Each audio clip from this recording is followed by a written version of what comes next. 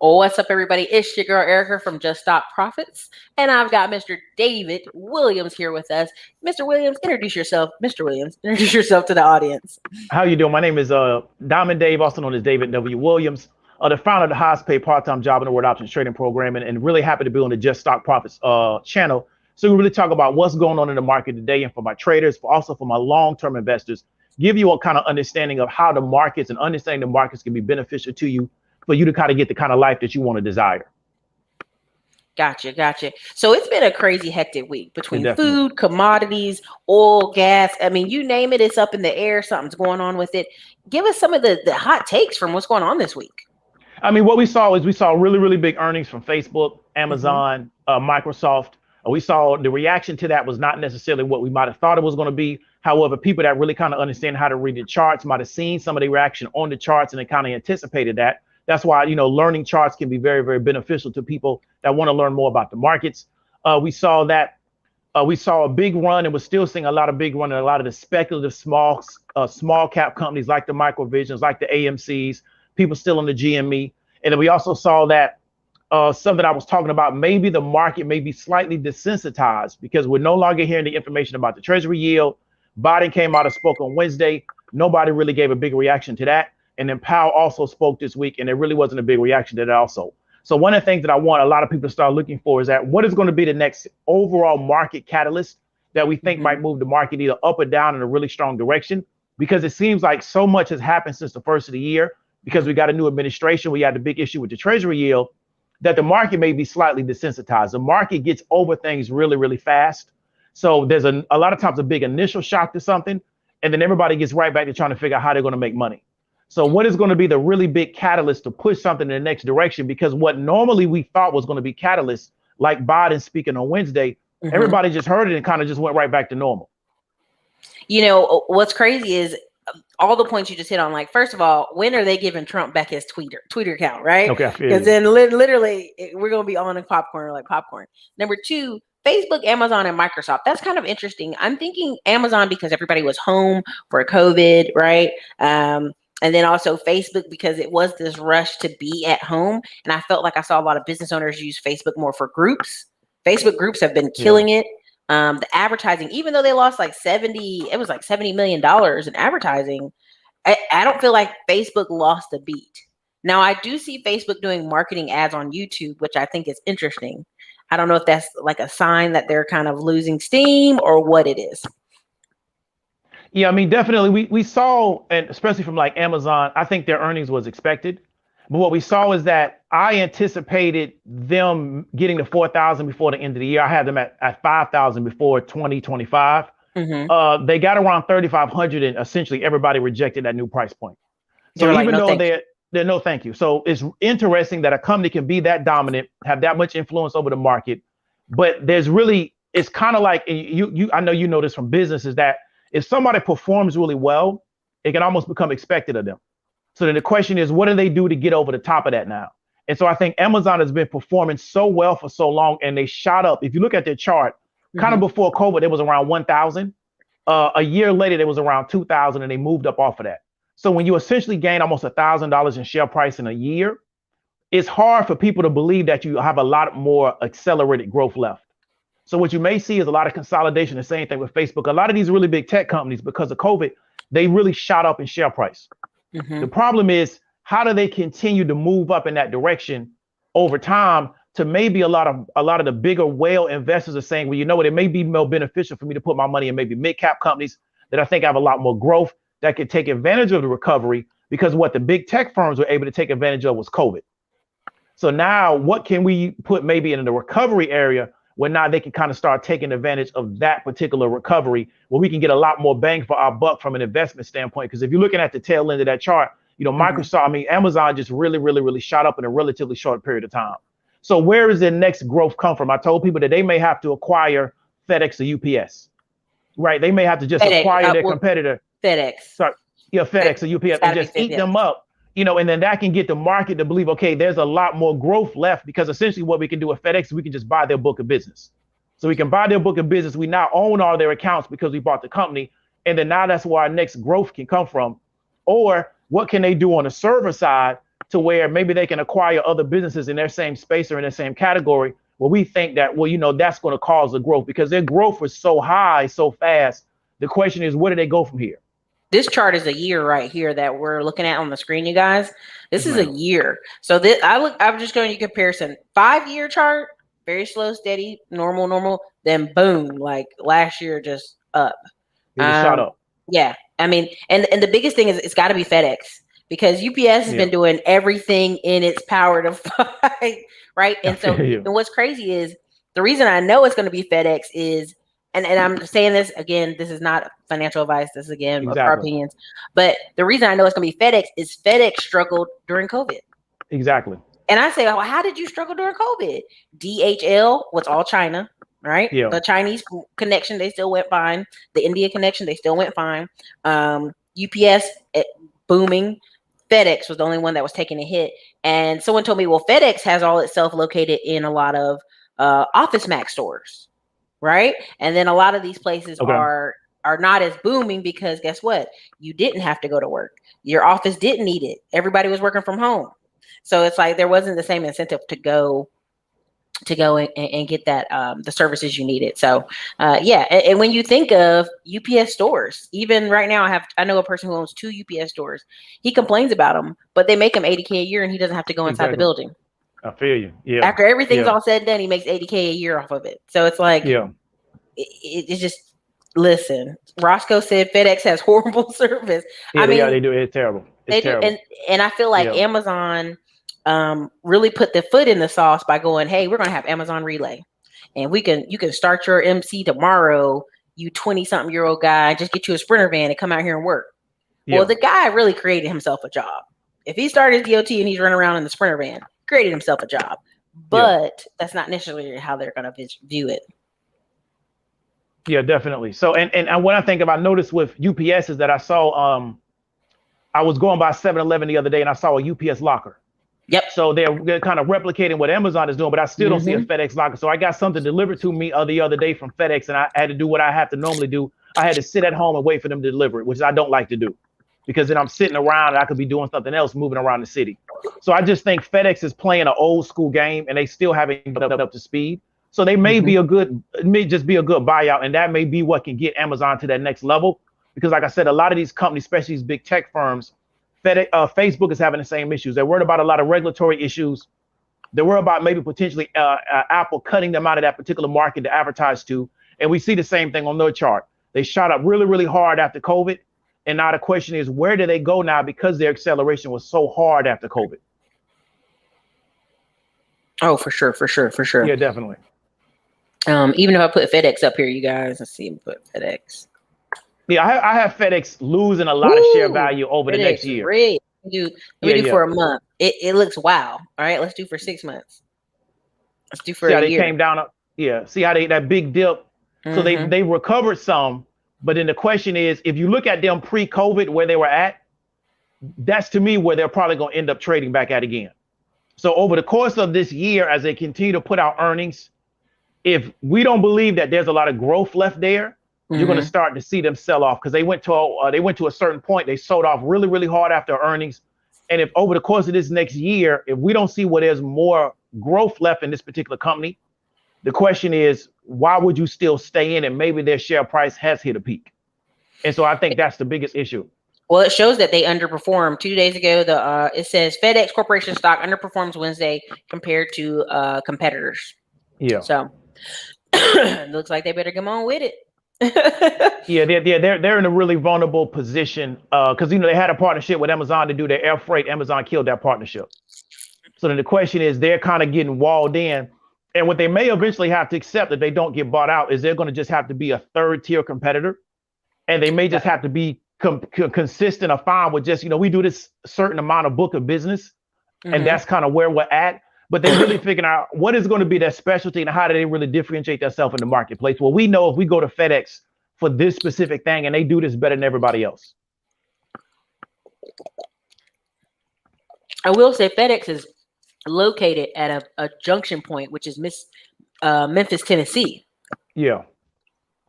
And they got a big airport out there and everything. Huge, right? But the thing about Memphis, Tennessee has always been transitional. Like, in and out, businesses in and out. Businesses will hop from Texas back to Memphis to Texas, from there to Mississippi just to save some money. So it's hard for me to see like if you told me they were in Dallas, I'd be like, okay, they ought to be good. Yeah. Like they ought to be able to hold Texas. So to me, I don't know. That's the only play I can see happening because think about it. What can Brown do for you? UPS has the color brown trademarked. like think about that on the biggest level possible. Like they have the color brown, the particular color. And what happens with gas, right? So again, I mean, there's a lot of stuff coming up that I'm interested to see what happens. Yeah, definitely. Okay, so what was you talked about the small caps. Small caps were making some moves. I think what's the deal? What's the deal? I'm on the internet. I see guys making videos about these different small caps. They out here excited. Is that just the internet hopping it up, or what is it? I mean, I just think it's the market we're in now. What we saw because of COVID is we saw a big move of what I would say retail start investing. Robinhood helped them do that a lot because Robinhood bought a lot of people that would normally never invest into the space with no commission investing, right? And so what we're kind of seeing is that a lot of the under 50, sometimes under $100 stocks that are very speculative, that can have a lot of explosive growth in it, but are kind of really speculative companies that are not really strong companies. You can look at their history and tell. They're getting pitched a lot to retail as good investment vehicles as a way to try to get a good return on your money. And one of the biggest challenges is that kind of like what you're hearing about them is only the upside, but you're not hearing about the actual environment that they actually operate in and what are some of the weaknesses and threats to that particular model. So for example, let's take out a company like MVIS, which had a really, really crazy week this week and also last week, also called Microvision. There was a lot of talk on the internet about them potentially being able to short squeeze, things of that nature. They had an earnings this week, and they're a LiDAR company, which is a really hot technology because a lot of people think it's something that can be used for the EV space. Tesla at one time was supposed to adopt their technology for their car. They produce or have research and development in this particular technology. The challenge is that they don't have a physical product to sell in the market. Okay. So they're very much still in the research and development stage. They don't have a product to sell in the market. They just came out and said that we can potentially have a product to sell in the third or fourth quarter of this year. We can start production of the product. They don't currently have a working prototype. So the challenge is with these type of companies, I think we can be a benefit to the market by starting having the market to have a conversation about why do you think this company is a good place to put your money, as opposed to what we think about the company. So a lot of people will approach the conversation from the standpoint of, well, what do you think about XYZ? My question to them is, give me essentially your pitch or your case for why this is a good place for investment dollars. And then we can start to have the conversation, because when you're looking at a company like Microvision, they have a certain amount of patents, right? But they've never been able to license any of those patents in the form of royalty revenue. So it means that who sees value in what they produce? So if I have 12 patents, they're patented through the US Patent Office, but I can't sell access to those patents to get royalty fees, then all it means is I just got a bunch of patents on the shelf. Right. I don't have anything that actually has a business value. Then I have a particular idea for a product. I don't have a working prototype. I don't have a deal to produce that particular product. I don't have a letter of intent. I don't have a purchase order. So then what do I have is a bunch of diagrams on a piece of paper. So then why do you believe that that is worth your investment dollars, regardless of the price point? Because when you're looking at a company that has a really, really low share price and it has a really, really high short interest, you have to understand that there's something going on there while those two particular conditions are taking place at the same time. And so one of the things that we can do on this particular channel is, if you want to learn how not to lose money in the market. So that's one of the things that people were talking about, that they had that question. When you're looking at a company, ask yourself, even though you give yourself a bullish case scenario, where they has this particular technology, they could potentially license this technology out to Microsoft, or Microsoft may buy them out. We can license this out to the Army and tanks and things of that nature. But they're not the only company that's working on this particular tech application. So what can go wrong in this particular area to where I lose all of my investment dollars? So if they're not successful in, one, creating something that somebody else will want to buy, then two, production of the particular process, then three, creating some type of licensing or royalty deal between another company to buy it from them, then all my investment dollars go out of the window. And so that to me needs to be more of the conversation as opposed to they're going to produce LiDAR. They have this, that, and the third. And this is how a lot of retail gets brought in. And essentially, they're just pump and dump schemes. We can take the price from, I'm sorry, I didn't mean to cut you off. Go ahead. I was going to say, I feel like people are now on this trend of, I've got to catch the next Uber. I've got to Exactly. catch the next, like, Lyft. I got to catch the Tesla, next. yeah. Yeah, Yeah. because, and this is where you catch them when they're low. You're looking for the low, like, oh, it's under 50. No one's paying attention. I'm going to get in. I don't know if it's like psychology or people believe this, but I've noticed it in some of the people selling courses lately that they're like, you got to get in before this massive takeoff. Not naming no names, just going to say, yeah. But see, but this is the thing. So one of the things that I like to look at, and we can really break it down for the class, is always look at institutional investment. Okay, so in institutional investment we're not doing single factor analysis. Just because there's a high level of institutional investment doesn't mean that the company is valid. But when you're looking at really, really low institutional investment, ask yourself this question. These massive institutional investment firms have rooms for the analysts. They know about every company. So there's no way that somebody on Reddit or somebody on Wall Street Bets or somebody on YouTube knows about a company that they don't know about. It's like when we used to say playing football, way before the internet. If you were good enough of a football player, they knew who you were. It didn't matter what school you went to. You could have went to Podunk State in the middle of Alaska. If you were a good enough player, somebody would know who you were because they get paid to know about players. Exactly. So if there's a company that actually is doing something that is valid in the marketplace and is really worth investment dollars, the big firms know about it. So then if they know about this company, how come that the institutional investment in the company is really, really, really low?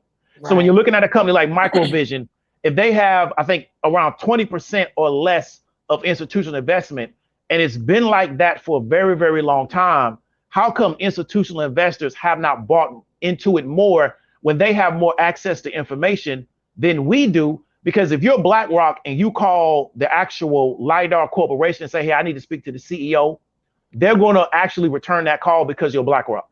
So they have access to more information than the average retail investor.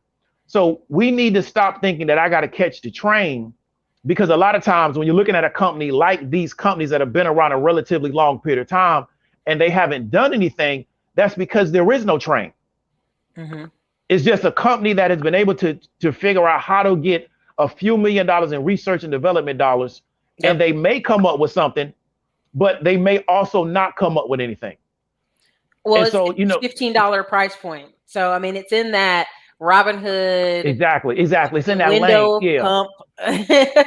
We're not calling it pump it up. I'm just saying it's questionable. Yeah, but where was it 2 years ago? Because this is not a new company. So we look at let's go back a year. It was basically at $2. You see what I'm saying? Yeah. 2020, September 2020, all these. Exactly. This is very much trademarks of a pumping up, you guys. Let's even do 5 years. 5 years. See what is that? 5 years. So I'm looking at a 5-year chart and I'm trying to figure out for 5 years. It's been $1.80. Exactly. So now I understand they're working on their technology. But during those 5 years, nothing that they were able to do was able to attract big investment firms. And they know about everything. They know about everything moving on the planet because they not only have access to information through technology, they have people on the ground. So they have people everywhere that are giving them information about where they should put their capital. So this idea that me and my group of people on Reddit have this asymmetrical information feed and we know about the next hot thing that nobody else knows about, and then we just got to invest and then we're going to get rich. I just don't understand if that's really how you want to look at investing. Now, if you have an extra $100 that you can get in at $1, just put the $100 in and just forget about it. And if it blows up in 20 years, and go live your life. And if it blows up in 20 years, you'll be rich. But the idea that you and your group or your WhatsApp chat know about this company that's utilizing this particular technology application, and nobody else really understands the technology, and you just got to be an early mover on it. I don't think that's really how you should look at companies. I think you should be a lot more pragmatic at looking at it. And I think that this company's been around since 1993 with 80. Exactly. That's what I'm trying to get you to understand. I'm just gonna say this, you guys. September 4th, last year, 2020, this stock was $1.48. So let's say somebody bought 100 shares of it. Now it's at $15. They already going on with their life, y'all. Like, I mean, I want you to understand. Like, they done got out. It says Microvision stock. When will the death spiral end? That was 1 day ago. These titles they be having on these networks crack me up. Anyway, go ahead. I'm sorry. Yeah, so I mean, no, you're good. I mean, good because you need to add that, that commentary. So, when people are asking how not to lose money in the market, I would tell you to be a little bit more pragmatic on your due diligence. And if you're going to trade it as a momentum trade, understand how to actually do that so you don't get caught in it. Because a lot of people got caught in this play and they bought at 22 or 25 and now it's around 15 and they got to figure out how they're going to get out of the play. The same And thing you hoping said, that, Luminar Technologies. I'm showing the yeah, screen as well. Year ago, $10. Peak $41, right? Come on, exactly. you guys. Now it's going back down to $16. It's going back to $10 eventually here. So, and then I'm gonna give a disclaimer. I am playing the downside of Microvision with a lot of put contracts that are going way out in the future. So just as a disclaimer, I'm For sure. pessimistic on it, but I put my money where my mouth is. I'm not pessimistic on it from an academic standpoint. I've actually put money on the table because I know the stock price is going back down. Yeah.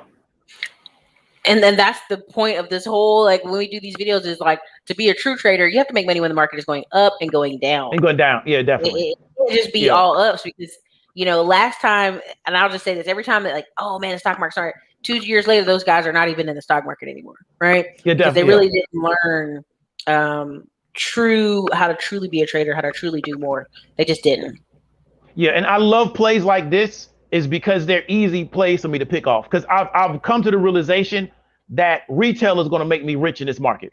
Because I look for scenarios where retail they pile in because of a frenzy that they're in from a euphoria, and then they run the price up right along. They're helped by the market makers, but they run in, they create a lot of the euphoria, and then it falls back down off of a cliff as everybody tries to run out of the door at the same time. So I've realized that retail can make me rich because these plays actually exist, and it's easier to find them because of the internet. It's a lot easier to find them. I believe it. Now, I know you were talking about the chip shortage that's going on right now affecting the economy. Everything I see right now where it says chip shortage, it says the global chip shortage. It's going bad to worse. It's hitting Apple. It's hitting BMW. It's hitting Ford. Now, how could it hurt Apple? Ain't Apple got a whole little factory over there in China? Didn't Apple build a whole office over there? What's going on? Yeah, Apple came out on earnings and said that I think their tablets or some of their other devices are going to be hampered by the fact that there's a loss in chips. So, I think they, when they say from a manufacturing standpoint, is that devices put together, it's assembled there, but they're getting the chips from somewhere else. So the chips are being brought in, and then they need the chip to finish the actual completion of the actual device. And so what Apple is saying is that because of this chip shortage, it could impair their ability to actually produce more devices as time goes on. Because what COVID did is it put a really big demand on electronic devices. So I know right now it's saying $4 billion. They might lose $4 billion. Exactly. So that's something that we don't look. And then every company now, Caterpillar says that they think they may have chip issues in the future, but they're saying that they got to wait. And I didn't even know a tractor that had chips in them, but I don't use a tractor. Yeah. So Samsung, Apple, Caterpillar warned of chip shortages. And so one of the things that we knew is because of automation, there was going to be a really big demand on chips. But what COVID did is that it creates a lot of demand on it. And then we also had some of the manufacturing had to shut down because of COVID. So then what you get is you get that big pull on inventory. You don't have the surplus anymore. So then you create that inefficiency in the market where not everybody needs chips, but you can't produce it. So some of the companies have decided to invest in manufacturing, but that's going to take time to get that off the ground. And it's also going to take a lot of capital expenditure on their end. So as an investor in these chip manufacturers, you got to understand that if they have to invest a lot more money to increase capacity, then that's going to pull away from their bottom line because you got to actually invest the money first before you can in the market and start to sell them again. I mean, the biggest thing what people, it's like the ghost in the room that we're not kind of talking about is, let me see something. You might have to come in and come back out. Okay. Things we're not talking about right now, you guys, is India. what's going on in India. I don't know if you guys have been paying attention, but between India, China, and these areas that do a lot of manufacturing that provide a lot of stuff for us, this is where it comes from. And so if they get put out of commission, then it's a problem. Anthony Bolton, being from Memphis, I know enough though. The FedEx is at the airport. UPS is literally right across the street from them, and UPS ain't hurting for nothing. I agree. They ain't gonna be hurting for nothing. Projections versus revenues matter on Wall Street for sure. I think it's easy to get an internet hype. I think it's easy for people who are just learning about the market, because what's the number one thing we teach people when they want to learn stocks? We teach them that you should invest in what you know, right? So people are out here in these Reddit forums and they're like, oh, I know about this company, but do you really know about this company? What does this company have to offer? Hey, Dave, are you back? Yes, yes. Sorry about that. No worries. I was saying part of the chip shortage too that people, it's the elephant in the room people aren't talking about, is India. India is Okay. basically in a state of emergency. We're not letting anybody fly in from there. We're essentially like, when India sent basically millions of their rural workers that were living in cities and said, hey, y'all have to go home. We're Yeah. shutting down for the virus. It sent millions of people on trains. They're just walking down the road.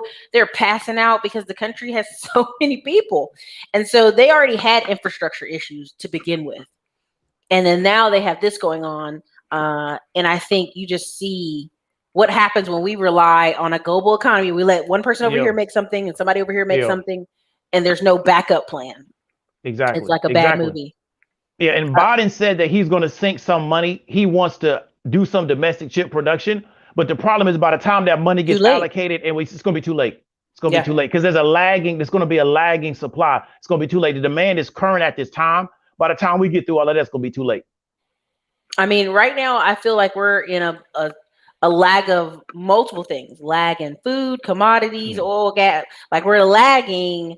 And I was trying to explain to this guy. He works in Houston. And he was telling me that the oil rigs that we have, if you take them out of commission, they don't stay there. We send them to another country. We give them to somebody else. We Yeah. take apart the stuff. We send it. We make money off of it.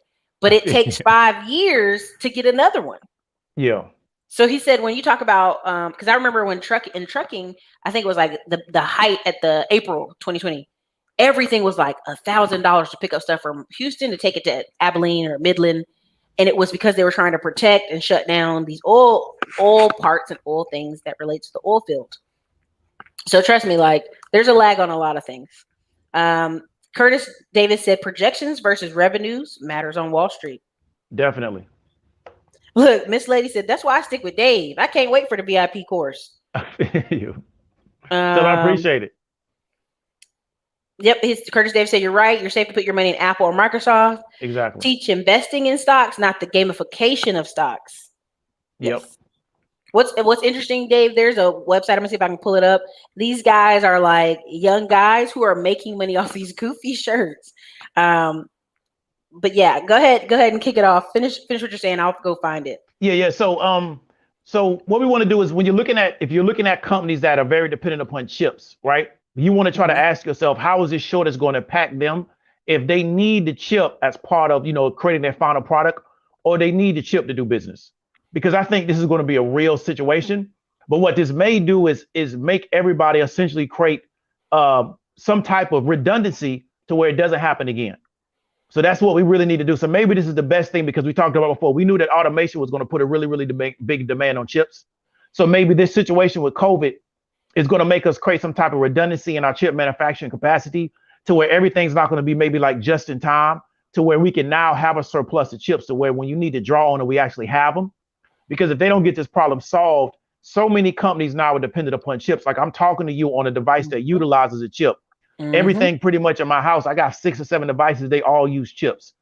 Because everything is so dependent upon chip manufacturing, they got to get this problem figured out, or else it's going to continue to cause problems down the road, especially on these big tech firms that everybody's so dependent upon from a stock market standpoint and getting their returns. So part of when we were talking about the gamification of stocks, I was going to show you guys something really quickly to Okay. show you what we're talking about. Those like what's happening in the Robinhood market and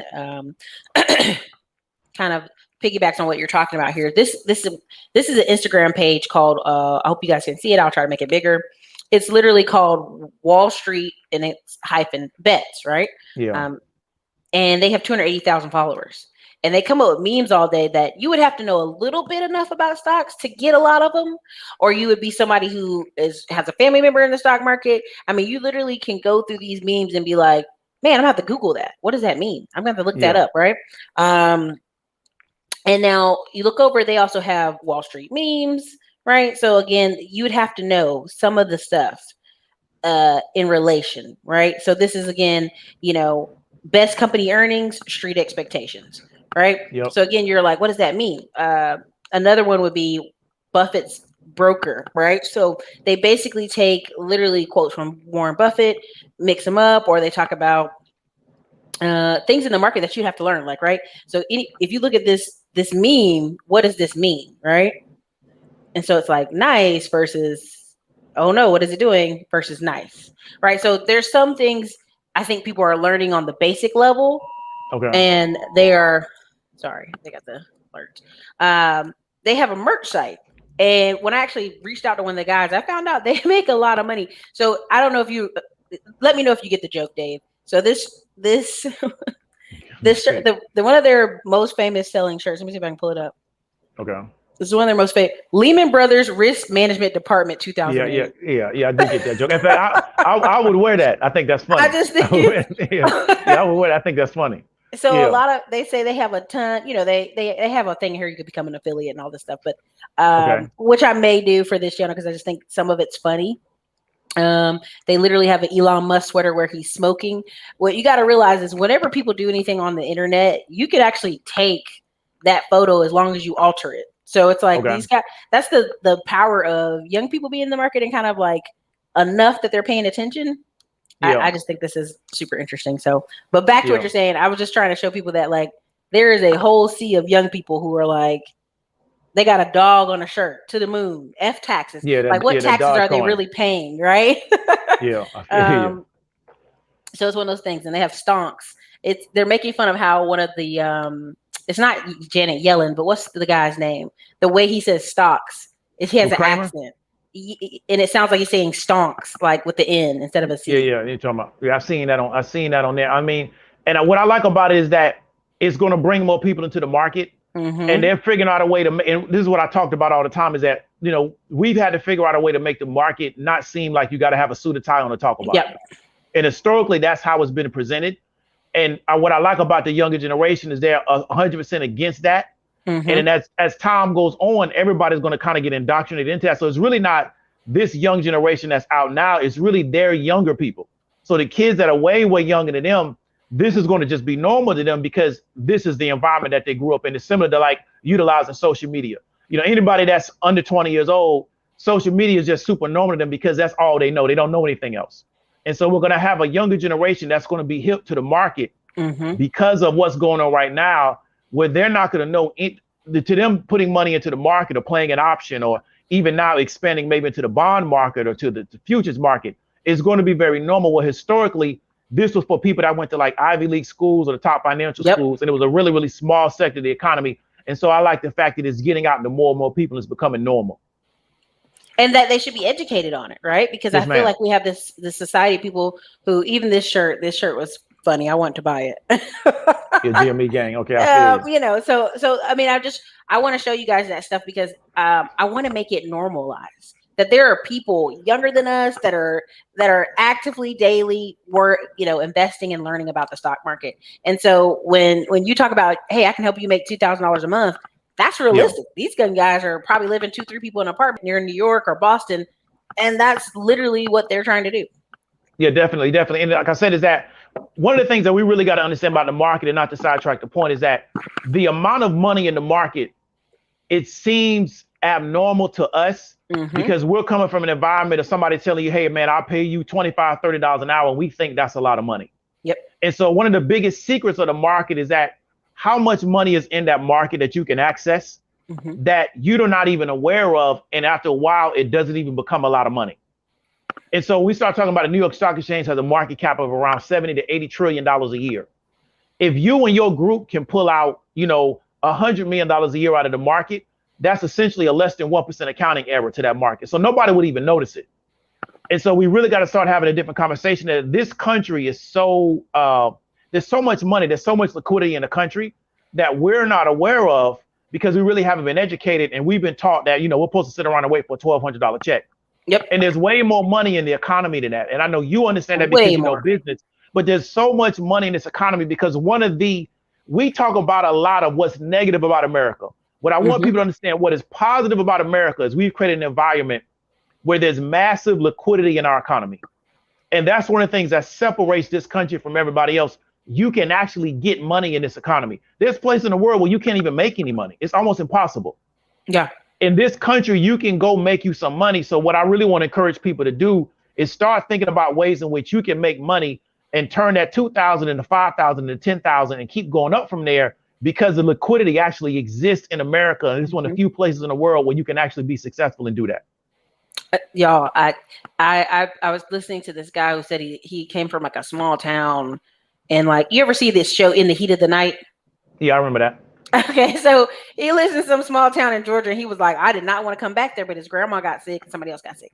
So he comes back there and he's showing them how he works from the computer. And everybody's like, wow. His whole YouTube channel is like, people like, you don't have no job. He's like, but I do have a job. Exactly. I'm on the computer. And how there's parts of America we really have to get people updated. Like you ought to be able to get a remote. I don't care if you live in the middle of nowhere. If you got internet, you can have a job. You don't have to sit here and go, oh, I'm out of options. Yeah. That's not true here. America is like running over with opportunity, right? And the funny thing, somebody asked me, well, what do you do? And I'm like crafting a video later today to be like, this is what I do on the internet, because some people still don't understand how do people make money on the internet. They don't understand. Yeah, definitely. It just takes exposure, and we just got to stop people have to really start becoming conditioned and focused on the opportunities that we have to make money. I used to speak to a woman in Ethiopia, and I still do, through WhatsApp. I think Ethiopia has maybe a 15% internet penetration. So even if she wanted to do what we do, she wouldn't be able to because the opportunity from an infrastructure standpoint doesn't exist. Yes. We have to start realizing the opportunities that we have in front of us and utilize those to take advantage of them so we can go help more people, as opposed to seeing everything as a block to where we're trying to go. We have a lot of opportunity in front of us. We got to get educated on the opportunity. We got to take action on it. We just can't sit around and get the information. We got to move on the information, but there's so much opportunity. So even if you don't do what I do, there's still something that you can do that you can take advantage of because it's been built and it's available to you because other people have built it because they make money off of it. Then you got to figure out how you can take what they build and how you can go make some money off of it and just keep building. Yeah. I mean, it's a digital world.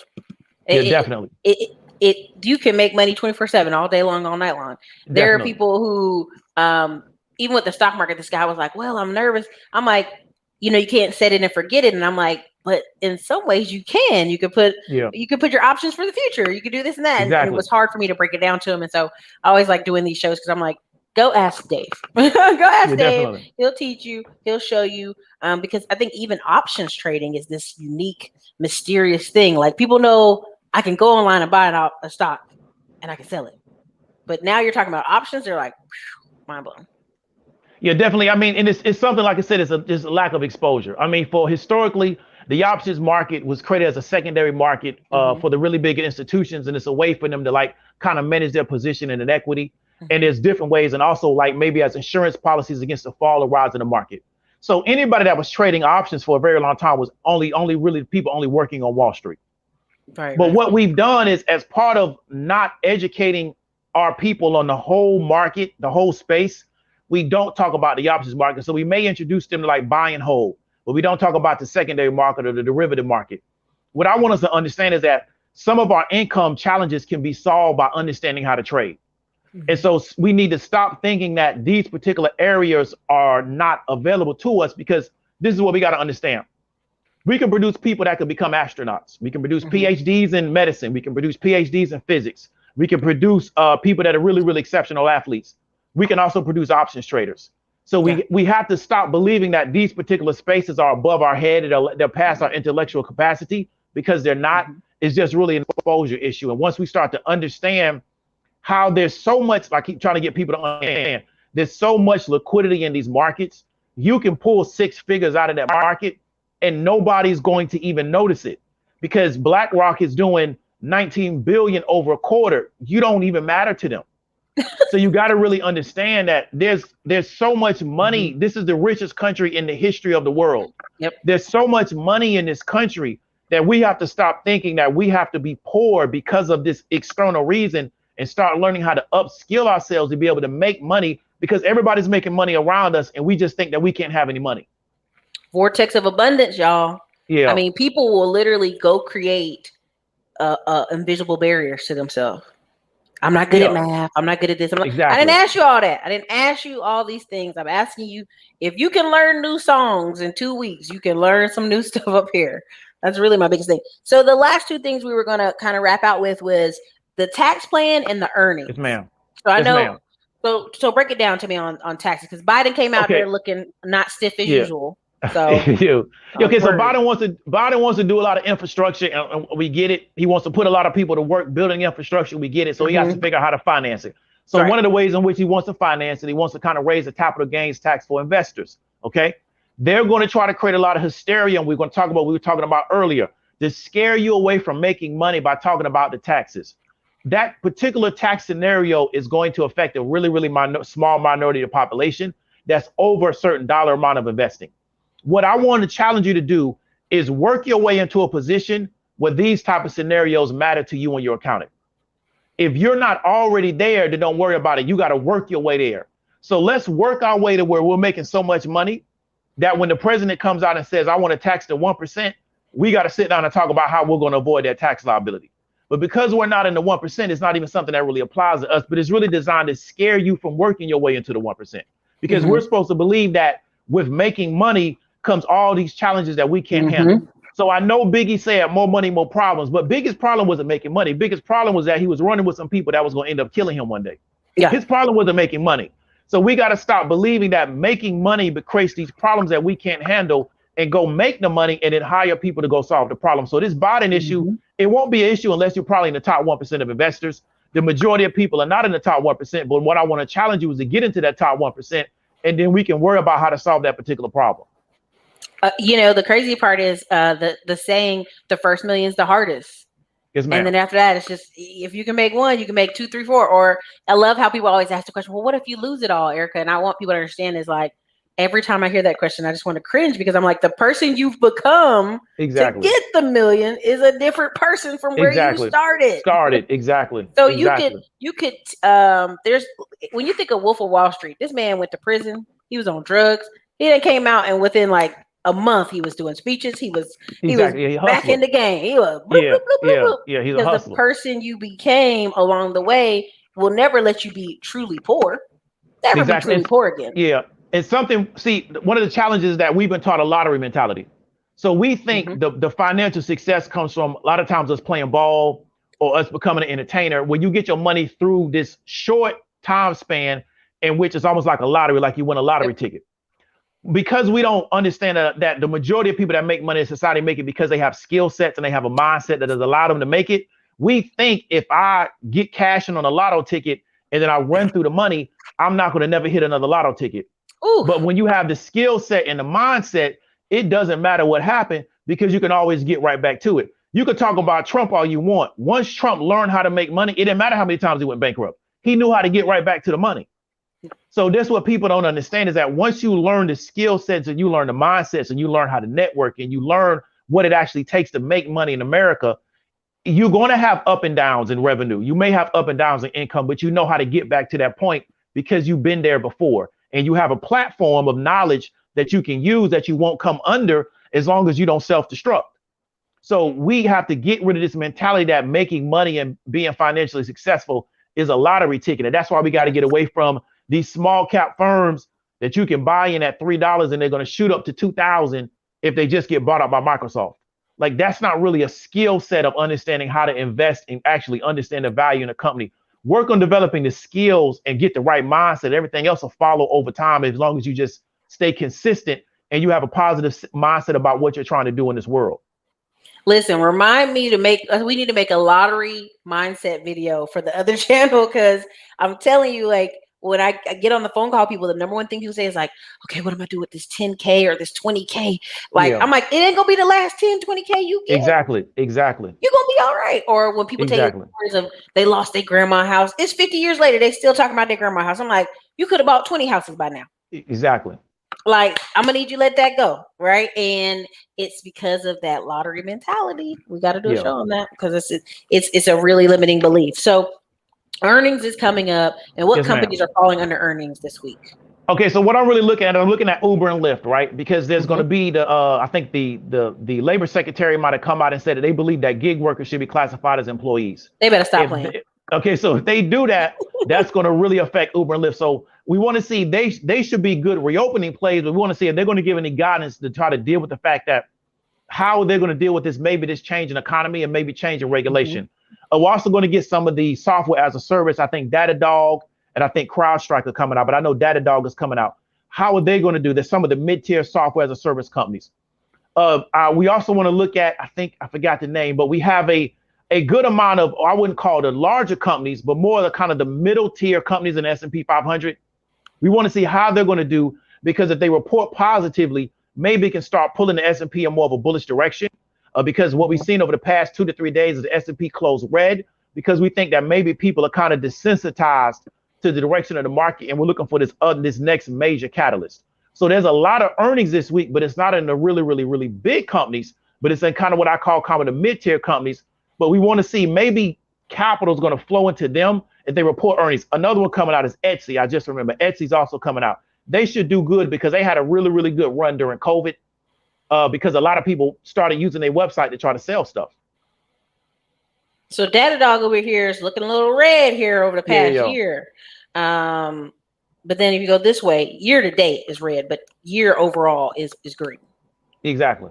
So they came up really, really hard. So they've had a little bit of a sell off. Let's see, can Hmm. they maintain that? Can they start to get that thing back positive? Because software as a service is supposed to be a really, really big category, right?